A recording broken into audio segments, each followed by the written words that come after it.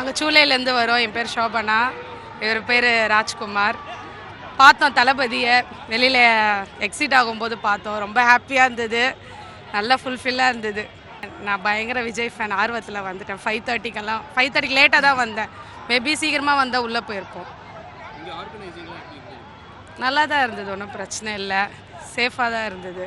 நல்லா ஹாப்பியாக இருந்ததா? நேற்றுலேருந்தே ஆக்சுவலாக நான் வந்து கழக நிர்வாகி தான். இந்த மத்திய சென்னை மாவட்டம் எழும்பூர் தொகுதி. என் பேர் ராஜ்குமார்.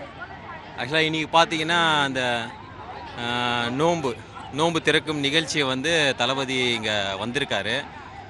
ஆக்சுவலாக அவர் வந்து நல்லபடியாக வந்திருக்காரு.